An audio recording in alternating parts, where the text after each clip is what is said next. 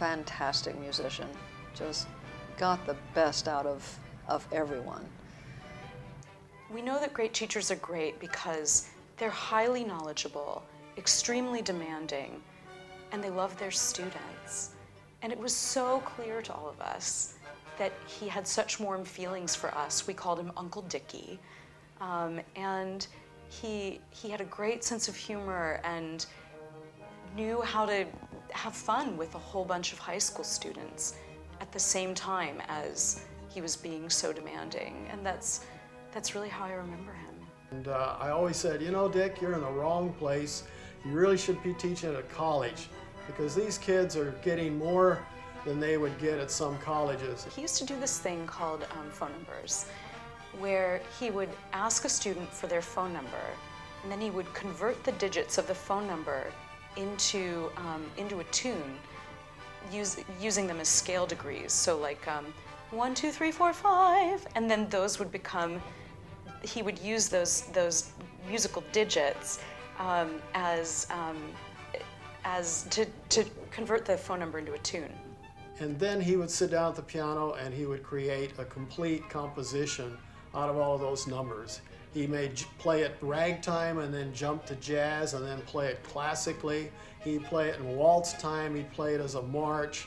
And he would just sit there and play what to us sounded like a perfectly thought out, worked out piece of music. I think we knew that was pretty extraordinary. We thought we were going to lose him when he got his master's because he kind of wanted to teach in college or go to maybe a bigger high school, maybe, I don't know, but we had a huge party in the Central Park, MADD, Mad About Dick. Nobody knew what that was all about, but I think it was organized by Bernice Leonard, and everybody came to that party. They wanted to keep him in Davis, and he decided to stay in Davis, which I was very happy about. When my son went off to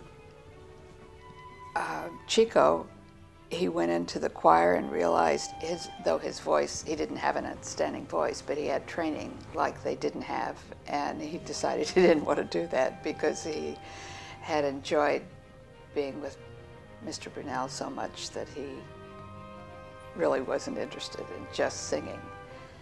You know, I think that while I was in school, I maybe didn't recognize it in that sense. I mean, not having had very many other experiences. I knew it was, I loved it. I recognized it though pretty soon after, that when I started to realize that my professors in college they certainly weren't any better than he had been, and that continued through my master's degree, my doctorate.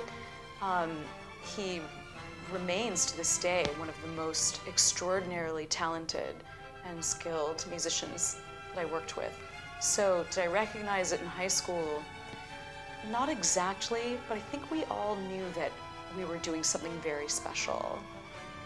I am really, really thrilled that Davis High School has elected to have him as part of the Hall of Fame. He should be there. Even though he has a building named after him, he really is a very, very big part of everyone who has gone through his programs. A lot of people are majoring in music, have gone on to professional careers just because of Dick Brunell. Dick did have recognition throughout his life because he was outstanding. But for the school to do this now that he is gone, it shows that he hasn't been forgotten, and that means a great deal to his family and his friends and all the mothers who were involved and all the students, because they knew he deserved it. How do you thank a family for giving us so much of your husband and your father, and because he was our family too, and we loved him, so thank you so much for sharing him with us. I know you're supposed to say something incredible. Truly, the word